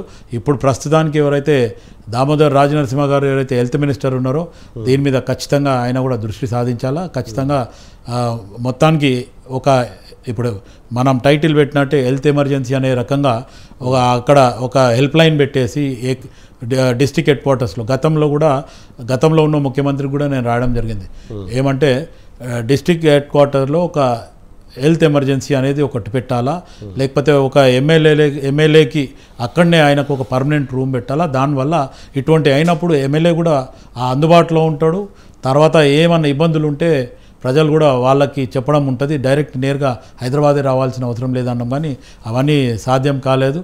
ఇప్పుడన్నా కాంగ్రెస్ పార్టీ కూడా చాలా జాగాలలో ఇది జరుగుతున్నా, అంటే ఇట్లా మనం డిబేట్లలో మాట్లాడిన తర్వాత ఏమేమి జరుగుతుందో దాని సమ్మరీ అంతా కూడా రాసి ఒక్కొక్కసారికి ముఖ్యమంత్రికి కానీ లేకపోతే సీఎం క్యాంప్ ఆఫీస్కి కానీ పంపించడం జరుగుతుంది. ఇప్పుడు కూడా ఏదో ఈరోజు మనం వచ్చి డిబేట్లలో మాట్లాడి లేకపోతే మా పార్టీని డిఫెండ్ చేసుకోవడం పోవడమే కాకుండా ఏదైతే సూచన సలహాలు ఉన్నాయో అవి కూడా అవసరమైతే నా స్వయం లెటరేట్ మీద కూడా రాసి సీఎం పేషీకి పంపించడం జరుగుతుంది. దాని మీద ఇక వాళ్ళు కన్సర్న్ డిపార్ట్మెంట్కి పంపించి ఏం చర్యలు తీసుకుంటారు అనేది కూడా చూడాల్సి వస్తుంది. అంటే ప్రభుత్వ దవాఖానాలో ప్రముఖంగా వస్తున్న విమర్శ ఏంటంటే, ఇప్పుడు మన డెంగ్యూ ఉందండి, డెంగ్యూ టెస్ట్ బయట ప్రైవేట్ ల్యాబ్లో చేసుకుంటే దగ్గర ఒక్కొక్క ల్యాబ్ని ఒక్కొక్క రేటు, కొన్ని కార్పొరేట్ ల్యాబ్స్లో ఒక్కో రేటు, అంటే రేటు మాత్రం పేద ప్రజలు భరించే పరిస్థితులు అయితే లేరు డెంగ్యూ టెస్ట్. కానీ అలాంటి టెస్టులు ఏదైతే ఉన్నాయో ప్రభుత్వ దవాఖానాల్లో చేస్తున్న టెస్టులు కొంతమంది ఇందాక కోటేశ్వర గారు చెప్పినట్టు కొంతమంది నమ్మట్లేదు, కానీ అనుకున్న స్థాయిలో ఆ టెస్టులు కూడా జరగట్లేదు అంటున్నారు. మళ్ళీ ఆ కిట్ల విషయంలో ఎందుకు ప్రభుత్వం కావాల్సినంత కిట్లు ఎందుకు ఏర్పాటు చేయలేకపోతుందంటే, అంటే ఇప్పుడు ఆల్రెడీ ప్రభుత్వం వచ్చిన కొత్త ప్రభుత్వం వాళ్ళు అనుకున్న టైం లోపల ఇవన్నీ చేయలేకపోయాను అనుకుంటున్నాను నేను. ఎందుకంటే ఇంకోటి కోటేశ్వరరావు గారు చెప్పినట్టు నేను కూడా ఏకీపిస్తాను. ప్రజలు ఈరోజు ఎట్లుందంటే అంత కొంచెం హైఫైగా కూడా ఆలోచిస్తున్నారు. ఎవరైతే డబ్బు పెట్టలేని పరిస్థితి, నేను ఖచ్చితంగా గవర్నమెంట్ హాస్పిటల్కి పోవాలా అన్నోళ్ళు తప్ప మిగతా వాళ్ళంతా ప్రైవేట్కి వెళ్తున్నారు. లేదంటే మీరు అన్నట్టు డైరెక్ట్ ఏదైతే ల్యాబ్స్ ఉన్నాయో వాళ్ళకి వెళ్ళేసి నాకు ఫలానా ఈ పెయిన్ అవుతుంది, ఈ టెస్ట్ చేయండి లేకపోతే అది చేయండి అని అట్లా అడిగి చేసుకునే వాళ్ళు. ఈవెన్ మెడికల్ షాప్లలో కూడా వెళ్ళి ఖచ్చితంగా నాకు హెడేక్ వస్తుంది, లేకపోతే బాడీ పెయిన్స్ ఉన్నాయి, లేకపోతే నాకు ఫీవర్ ఉంది అనే రకంగా. ఇప్పుడు ఏదైతే కరోనా వచ్చిపోయిన తర్వాత ఈ డోలో ఎక్కువ వాడుతున్నారు చాలామంది. అది కూడా ఒక అంటే డాక్టర్ ప్రిస్క్రిప్షన్ లేకుండా కూడా అడ్వైజ్ లేకుండా కూడా వాడడం జరుగుతుంది. దానివల్ల కూడా కొంతమందికి అది ఎఫెక్ట్ కూడా ఉంటుంది. అయితే రకరకాలుగా మనుషులు అయిపోయినారు. ఇంకోటి ఏమంటే జనాలకి ఈరోజు అవగాహన లేదు అనుకోవడం అయితే కాదండి, జనాలకి అవగాహన ఉంది. గవర్నమెంట్ హాస్పిటల్ వెళ్ళే వాళ్ళు, రెగ్యులర్గా వెళ్ళే వాళ్ళు ఉంటే వాళ్ళు ఏం చేయొచ్చు, అక్కడ ఏం ట్రీట్మెంట్ చేసుకోవచ్చు, ఎంతవరకు మనకి ఇక్కడ అవుతుంది అనేది కూడా వాళ్ళే నిర్ధారించుకుంటున్నారు. అటువంటి పరిస్థితులు కూడా పేషెంట్లకు వచ్చేసింది. అది ఆ తర్వాత కొంతమంది అయితే గవర్నమెంట్ హాస్పిటల్ వైపు చూడని వాళ్ళు అయితే చాలామంది ఉన్నారు. అంటే వాళ్ళు అఫోర్డబుల్ ఎవరైతే ఉన్నారో వాళ్ళు గవర్నమెంట్ హాస్పిటల్ వెళ్ళారు. సో చెప్పినట్టుగానే ప్రతి చిన్న తలనొప్పి వచ్చినా, ఒళ్ళనొప్పి వచ్చినా, జలుబు వచ్చినా, జ్వరం వచ్చినా డోలో వేసుకోవటం అనేది ప్రతి వాళ్ళకి అదొక డాక్టర్స్ వాళ్ళు ఓన్గా డాక్టర్స్గా వేసేసుకుంటున్నారు. నిన్ననే ఒక WHO కూడా ఒకటి ప్రకటించింది, పారాసిటమాల్ ఏదైతే డోలో 650 అనేది ప్రతిదానికి వేసుకోవడం కరెక్ట్ కాదు. ఒక మనిషి ఫర్ డే వచ్చి ఈ మోతాదు వరకే పారాసిటమాల్ వేసుకోవాలి, ఇన్ని గంటల తర్వాత మళ్ళీ వేసుకోకూడదు. కానీ రోజుకు వచ్చి లెక్క లేకుండా ప్రతిదానికి కూడా డోలు వేసుకోవడం కరెక్ట్ కాదంటూ కూడా WHO ప్రకటించింది. దాని మీద మాట్లాడదామండి. కోటేశ్వర గారు, ఏదైతే ఉందో పరిసరాలు, పరిశుభ్రత అని గతంలో మనం చూస్తూ ఉంటామండి. కళాకారుల చేతనో లేకపోతే పబ్లిక్లో ఒక రిలేట్ చేయడానికి పబ్లిక్లో అవగాహన కార్యక్రమాలు అంటూ కూడా కలెక్టర్ ఆఫీస్ నుంచి అవేర్నెస్ ప్రోగ్రాం గతంలో జరిగేవి. కానీ ఈ మధ్యకాలంలో ఇలాంటి సీజనల్ వ్యాధులు వచ్చే ముందు కానివ్వండి, లేదా ఏదైతే బాగా తీవ్రంగా ఉన్న సమయంలో కానివ్వండి, ఇటువంటి అవగాహన కార్యక్రమాలు అనేవి మన రూరల్ ఏరియాలో చాలా తక్కువగా చూస్తున్నాం, కనుమరుగైపోతున్నాయి. దీని ప్రధాన కారణం ఏముండిద్ది అంటారు? ఇప్పుడు స్వచ్ఛత, పరిశుభ్రత గురించి కేంద్ర ప్రభుత్వము, రాష్ట్ర ప్రభుత్వాలు, అనేక మంది సెలబ్రిటీలు పెద్ద హడావుడి చేసినటువంటి మనం చూసాం. అందుకని ఇది నిరంతర ప్రక్రియగా ఉండాలి.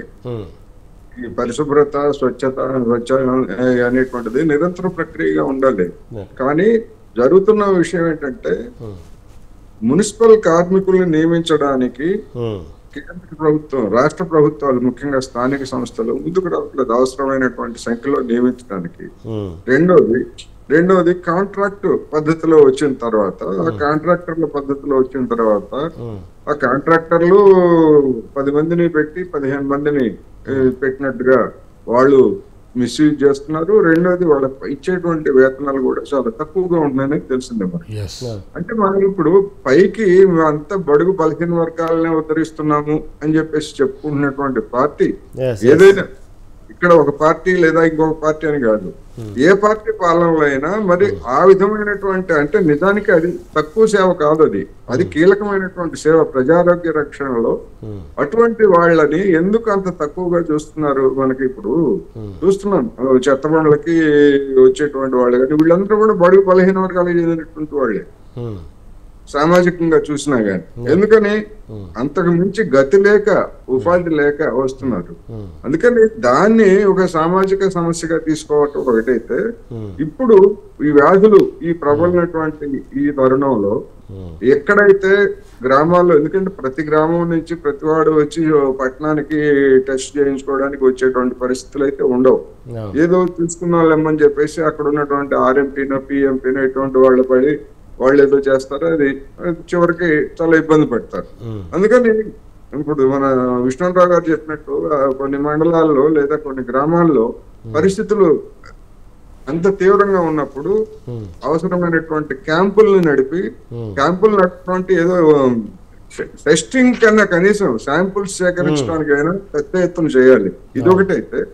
రెండోది ఇన్ఫ్రాస్ట్రక్చర్. ఇప్పుడు మన దేశం అంత పెద్ద దేశానికి వైరాలజీ నిర్ధారణకి మొత్తం ఒక పూనా మీదనో లేకపోతే ఇంకో దాని మీదనో ఆధారపడేట్లయితే బాగా ప్రబలినప్పుడు వాళ్ళు మాత్రం ఎన్ని సకాలంలో ఎన్ని రిపోర్ట్లు అందించగలరు?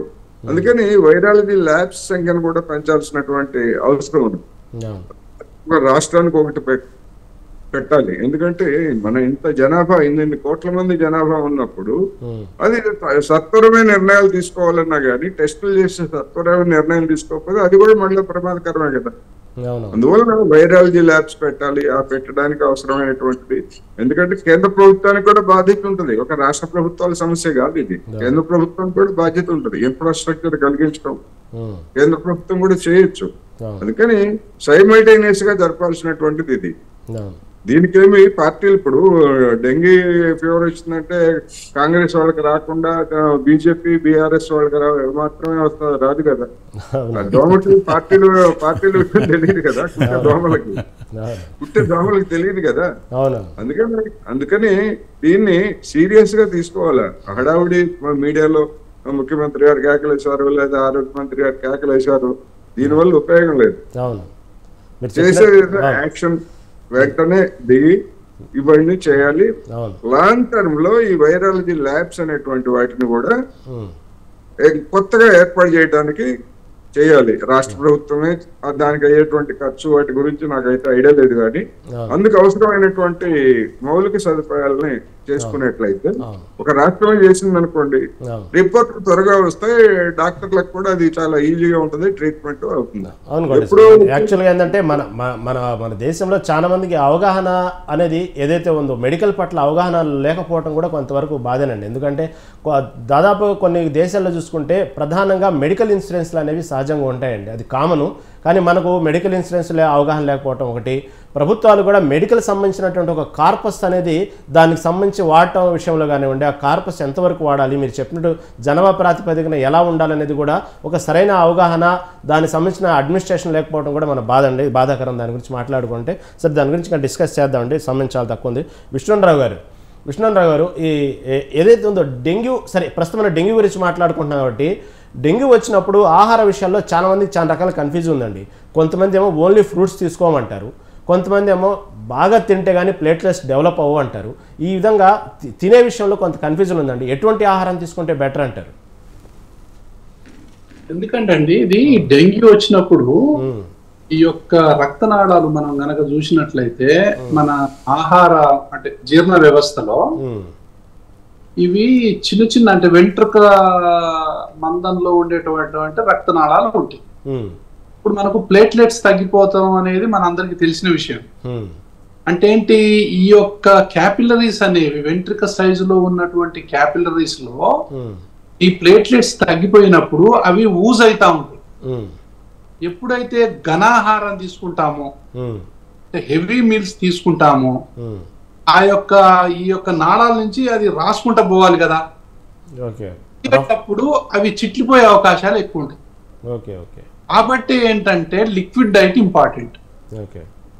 కాబట్టి ఫ్రూట్స్ ఏదైనా తీసుకోవచ్చు. ఇందులో కొంతమంది రకరకాలు ఆకుపసరు తాగితే మంచిది, పట్ల యొక్క బొప్పాయి తింటే చాలా మంచిది, అట్లేం లేదు.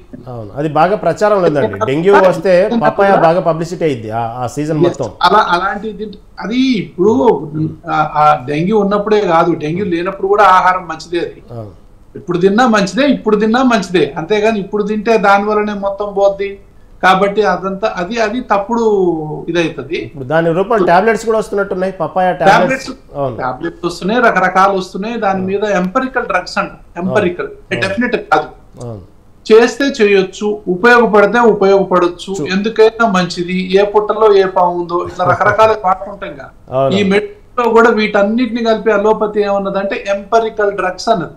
ఎంపరికల్ ఓకే, ఒకవేళ పని చేస్తే పని చేస్తుందేమో, ఆ బెనిఫిట్ ని మనం ఎందుకు తీసుకోకూడదు అన్న ఉద్దేశంతోనే తప్ప డెఫినెట్ గా ఈ టాబ్లెట్ తీసుకుంటే ఏదో ప్లేట్లెట్స్ చాలా పెరిగిపోతాయని ఎవరైనా అనుకుంటే కనుక అది అపోహ అవుతుంది. సో న్యాచురల్ గా ఆ యొక్క ఎప్పుడైతే మళ్ళీ ఆ వైరస్ తన యొక్క ఉధృతి తగ్గించుకుంటుందో ఇప్పుడు డెంగ్యూ వచ్చినప్పుడు ప్రధానంగా చూసుకుంటే ప్లేట్లెట్స్ అనేటువంటి పదాన్ని ఒక బూచిలాగా చూపించి కొన్ని కార్పొరేట్ హాస్పిటల్ లక్షల్లో దోచుకున్నాయండి. యాక్చువల్గా అసలు ప్లేట్లెట్స్ వాస్తవంగా అసలు ఎంత ఉండాలి? సహజంగా డెంగ్యూ వచ్చిన వాళ్ళకి ఎంతవరకు తగ్గితే ప్రమాదకరం అంటారు? 1.5 లక్షల నుంచి 4.5 లక్షల మధ్యలో ఉంటాయి జనరల్ గా. సో అవి 10,000 వచ్చిన వాళ్ళకు కూడా బ్లీడింగ్ సమస్య ఏం లేదు. ఓకే, అయితే ఇది ఎన్నోసారి వచ్చింది, నేను చెప్పాను చూసారా మొదటిసారి, ఎన్నోసారి వచ్చింది అనేది. ఆల్రెడీ మాకు ఈ డెంగ్యూ ఫీవర్ వచ్చిందండి, ఇది సెకండ్ టైం అని అంటే గనక 30,000 20,000 వచ్చింది, 15,000 వస్తుంది, 10,000 వస్తుంది అనగానే అలర్ట్ అవ్వాలి మనం, తప్పదు. ఎందుకంటే ఒకేసారి కొంతమందిలో ఇక విపరీతమైన షాక్ లోనైపోతారు. సో నా ఛార్జింగ్ అయిపోతుంది, సో దానికి అది లోన్ అయిపోతారు. కాబట్టి ఇలాంటి కేసుల్లో మాత్రం కంపల్సరిగా మనం బ్లడ్ ప్రోడక్ట్స్ ఎక్కియాల్సినటువంటి అవసరం ఉంది. అంతేగాని 50,000 ఉన్నోడికి, 60,000 ఉన్నోడికి, 70,000 ఉన్నోడికి ఎట్టి పరిస్థితుల్లో బ్లడ్ ట్రాన్స్ఫ్యూజన్ అవసరం లేదు. 20,000 వరకు కూడా చూడొచ్చు, కొన్ని కేసుల్లో 10,000 వరకు కూడా చూసాం.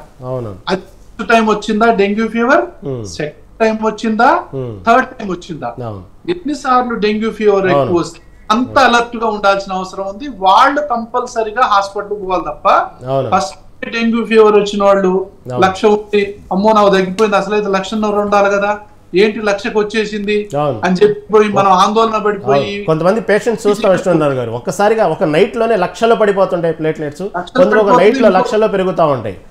అంటే తగ్గిపోతుంది. 20 ఇప్పుడు 1,00,000 ఉన్నది సడన్ గా 50,000 వస్తుంది, 50,000 ఉంది సడన్ గా 20,000 కూడా పోతుంది. తర్వాత ఆ 20,000 ఉన్నది తెల్లారి 50,000 కూడా అయింది, మళ్ళీ ఆ తెల్లారే మళ్ళీ 1,00,000కి వస్తుంది. అవును, ఒక నైట్ లోనే మ్యాజిక్ మారిపోతా ఉంది. ఎంత వేగంగా తగ్గిపోతుందో మళ్ళీ రికవరీ కూడా అంత వేగంగా వస్తుంది మళ్ళీ. అయితే ఈ కింద ఎక్కడైతే బాగా కింద పడిపోతుందో ఆ డెసిషన్ అనేది చాలా ఇంపార్టెంట్. ఏమైనా బ్లీడింగ్ అవుతుందా, ఎక్కడైనా కంట్లో గానీ ఎక్కడైనా బ్లీడింగ్ అవుతుందా, కొంతమందికి అంటే బ్రెయిన్ లో కూడా బ్లీడ్ అవ్వచ్చండి, కొంతమందికి ఇంటెస్టైన్స్ లో బ్లీడ్ అవ్వచ్చు, దానివల్ల మనకు రక్త విరోచనాలు కూడా అవుతాయి. అంటే బాడీలో ఎక్కడైనా బ్లీడ్ అవ్వచ్చు. ప్లేట్లెట్స్ ఉద్దేశం ఏంటంటే బ్లీడింగ్ ని ఆపటం. ఆ ప్లేట్లెట్స్ ఉంటే బ్లీడింగ్ అనేటటువంటి సమస్య ఉండదు మనకు. ఎప్పుడైతే ప్లేట్లెట్స్ పడిపోతుంటాయో ఆ యొక్క బ్లడ్ అనేది వాటర్ గా మారిపోతుంటది, ఎక్కడ పడితే అక్కడ లూజ్ అవుతుంటది. ఓకే, సమయం చాలా తక్కువ ఉందండి. మీరు చెప్పినట్టుగానే బ్లడ్ క్లాట్ అవ్వటం, లేకపోతే బ్లడ్ ఏదైతే బ్లీడింగ్ అవ్వటం, తర్వాత కొంతమందికి విపరీతమైన కడుపుల నొప్పి రావటం, కొంతమంది మోషన్లో కూడా మార్పులు గమనించడం, కలర్స్ మారుతూ ఉండటం, ఇలాంటి లక్షణాలు కూడా మనం డెంగ్యూ పేషెంట్ సహజంగా చూస్తుంటాము. ఇప్పుడు చెప్తున్నటువంటి ఆ లక్షణాలు చాలా మంది చెప్తున్న లక్షణాలు మీ ముందుకు తీసుకొచ్చింది. అవన్నీ డెంగ్యూ లక్షణాలు అంటున్నారు. కడుపుల నొప్పి కానీ, మోషన్లో కలర్ మారటం కానీ, విపరీతమైనటువంటి కలర్ షేడ్ అవ్వటం, మనిషి ఎర్రగా మారిపోవటం కానీ. ఓకే, దాని గురించి మాట్లాడదామండి. సమయం చాలా తక్కువగా ఉంది. శివకుమార్ గారు ఫైనల్గా చెప్పండి, ఏదైతే విన్నారు కదా, ఎవరైతే డెంగ్యూ బారిన పడ్డ రోగులకి ఆహారం అనేది చాలా ముఖ్యమండి. మందులు ఎలా అయితే ప్రధానమో ఆహారం కూడా చాలా ముఖ్యం. డెంగ్యూ సమయంలో కొన్ని తినవలసినవి, కొన్ని తినకూడని ఉంటాయి. కొన్ని మ్యాక్సిమం ఫ్రూట్స్ ఎక్కువగా సజెస్ట్ చేస్తూ ఉంటారు డాక్టర్స్. కాబట్టి ఈ ఫ్రూట్స్ అనేవి కొనలేని పరిస్థితి, డ్రాగన్ ఫ్రూట్స్ కానీ ఇంకొక సంబంధించినటువంటి ఫ్రూట్స్ కానీ ఇవన్నీ కొనలేని పరిస్థితిలో ఉంటారు మధ్యతరగతి, దిగువ మధ్యతరగతి ప్రజలు. కాబట్టి నేను ప్రభుత్వం పరంగా ఫ్రూట్స్ పంచమని నేను చెప్పట్లేదు, కానీ పౌష్టికాహార దానికి సంబంధించిన ఆహారం విషయంలో కానివ్వండి, కిట్ల విషయంలో కానీ ప్రభుత్వం శ్రద్ధ తీసుకుంటే మంచిదని నా అభిప్రాయం. నేను మీరు చెప్పేదానికి నేను ఏకీపిస్తుంటే, గతంలో కూడా కేసీఆర్ గారు కొత్తగా ముఖ్యమంత్రి అయినప్పుడు నేను ఆయనకు స్వయాన రాసి ఆయన చేతుల మీదుగా అందించడం జరిగింది. ఏమని, గత ప్రభుత్వాలు ఏం చేసినాయి అనేది పక్కన పెట్టండి, ఒక సాధారణమైన ఒక రిక్షా కార్మికుడో లేకపోతే ఒక డైలీ వేజెస్ లేబరో అటువంటి వ్యక్తి నుంచి ఒక ముఖ్యమంత్రి వరకు గవర్నమెంట్ హాస్పిటల్ అనేది పోయి ట్రీట్మెంట్ తీసుకుంటే ఈరోజు గవర్నమెంట్ హాస్పిటల్ అన్నీ కూడా అభివృద్ధి పడతాయి. ఈ సూపర్ స్పెషాలిటీ అని లేకపోతే మిడిల్ క్లాస్, లో మిడిల్ క్లాస్ వాళ్ళకి ఈరోజు ఏదైతే డబ్బు కొడతా ఉందో, లేకపోతే ఎవరి దగ్గర అయితే ఇప్పుడు మనం అబ్రాడ్లో అంటే ఒక హెల్త్ ఇన్సూరెన్స్ కార్డు ఉంటే వాళ్ళు ఒక సిస్టమ్గా తీసుకుంటారు. కానీ మన దగ్గర ఎవరికైతే హెల్త్ ఇన్సూరెన్స్ ఉంది అంటే మీ లిమిట్ ఎంత అనేది అడుగుతున్నారు, అంతవరకు వాళ్ళని పెట్టుకుంటున్నారు. అవసరమైతే కొన్ని కేసులలో కొన్ని హాస్పిటళ్ళల్లో నేను రియల్లీ ఒక కాంగ్రెస్ నాయకుడు కూడా గతంలో ఒక 8-9 months కింద చనిపోతే చూడడం జరిగింది. మనిషి చనిపోయిన తర్వాత కూడా వెంటిలేటర్ మీద ఉన్నారు అని చెప్పి ఆ లిమిట్ కంప్లీట్ అయ్యే వరకు కూడా చేయడం జరిగిందండి. నేను ఎందుకు చెప్తున్నానంటే, ఈరోజు గతంలో కేసీఆర్ గారికి చెప్పడం జరిగింది, ఆయన చేయలేదు. ఈరోజు రేవంత్ రెడ్డి గారు అయినా సరే ఇప్పుడు ప్రస్తుతంకి ఒక ప్యానల్ ఉన్న మంత్రులందరూ కూడా గవర్నమెంట్ హాస్పిటల్కి వెళ్ళి ట్రీట్మెంట్ చేయడము, అక్కడ ఇన్స్పెక్ట్ చేయడము, ఎప్పటికప్పుడు విజిట్ చేయడము, ఇవన్నీ వాళ్ళ అంటే వాళ్ళ కాన్స్టిట్యున్సీలో ఉన్న హాస్పిటల్ అయినా సరే, సిటీలో ఉన్న ఇప్పుడు మేజర్గా ఉస్మానియా, నీమ్స్, గాంధీ హాస్పిటల్ మన దగ్గర కాబట్టి వీళ్ళు ఖచ్చితంగా ఒక ముఖ్యమంత్రి వస్తుండు, లేకపోతే ఇన్ఛార్జ్ మంత్రి వస్తుండు, లేకపోతే హెల్త్ మినిస్టర్ వస్తుండు, మంత్రులు వస్తుండ్రు అంటే కొంచెం అలర్ట్ ఉంటుండే. దాంతోపాటు ఎవరైతే డాక్టర్లు ఉన్నారు, డైరెక్టర్లు ఉన్నారు, చైర్మన్లు ఉన్నారు, వీళ్ళందరూ కూడా ఇటువంటి టైంలో ఇట్లా పోతే ప్రజలకి కూడా మంచి జరుగుతుంది. ఆర్ ఇంకోటి ఏంటంటే, ఏదైతే మీరు అన్నట్టు లేకపోతే ఇంతకుముందు కోటేశ్వరరావు గారు చెప్పినట్టు ఏదైతే హెల్త్ మీద బడ్జెట్ కూడా ఇంకా కేటాయింపులు అటు ఇటు మళ్ళకుండా ఉంటే, ఇప్పుడు గతంలో నేను రాజశేఖర రెడ్డి గారు ఉన్నప్పుడు కూడా ఇదే చెప్తే ఆయన ఆరోగ్యశ్రీ కార్డు తీసుకురావడం జరిగింది. అయితే ఇటువంటి కొన్ని ఎటువంటి మార్పులు చేయాల్సి వస్తుంది. ఇది ఈ రకంగా ఉంటుంది. ఇంకొక పాయింట్ అంటే పారిశుద్ధ కార్మికుల గురించి కోటేశ్వరరావు గారు చెప్పి నిజంగా కూడా ఒక గెస్టెడ్ ఆఫీసర్కి ఏమైతే వేతనాలు ఇస్తారో నిజంగా వాళ్ళకి ఇవ్వాలండి. ఎందుకంటే మన ఇంట్లో శుభ్రం చేసే వాళ్ళకే మనం చేయలేని పరిస్థితి, ఎవరెవరిదో తీసుకొచ్చింది వాళ్ళు శుభ్రం చేస్తుండ్రు. వాళ్ళు కొన్ని జాగాలలో వాళ్ళ ఏదైతే లైఫ్ స్పాన్ కూడా తక్కువ అవుతుంది, చాలామంది ఇబ్బందులు పడుతున్నారు. వాళ్ళు ఒకవేళ మంచాన పడితే మటుకు వాళ్ళని చూసుకునే వాళ్ళు లేరు. ఇటువంటి వాళ్ళకి నిజంగా కూడా శాలరీ పెంచాలని చెప్పి కూడా నేను మాట్లాడుతాను. సమయం లేదండి, మీరు చెప్పింది చాలా మంచి పాయింట్. ఎందుకంటే అది చేయాలన్నా కూడా ఆ సర్వీస్ చేసే వాళ్ళకి ఆ సర్వీస్ వాల్యూ ఇవ్వాలి. Okay, right. సమయం అయిపోయిందండి. దాని గురించి నెక్స్ట్ డిస్కషన్ మనం మాట్లాడుకుందాం. ఓకే, డిస్కషన్లో పాల్గొన్నందుకు డాక్టర్ విష్ణురావు వీరప్పనాయన గారికి, అదేవిధంగా డాక్టర్ శివకుమార్ గారికి, మన్నెం కోటేశ్వరరావు గారికి ధన్యవాదాలండి. ఏదైనా తెలంగాణ వ్యాప్తంగా డెంగ్యూ అనేది డేంజర్ లెవెల్స్ మోగిస్తూ ఉంది. కేవలం దవాఖానాల మీదో లేదా ప్రభుత్వం మీద మనం విమర్శించకుండా మనం కూడా పరిశుభ్రత పాటిస్తూ ఈ దోమల బారి నుండి, ముఖ్యంగా డెంగ్యూ దోమల బారి నుండి మనం రక్షణగా ఉండాలని కోరుకుందాం. కాబట్టి ఎవరికి వారు పరిశుభ్రంగా ఉంచుకోండి. ఇది నాటి మిడ్ డే డిబేట్. రేపటి మిడ్ డే డిబేట్లో మళ్ళీ కలుద్దాం. చూస్తూనే ఉండండి స్వతంత్ర టీవీ.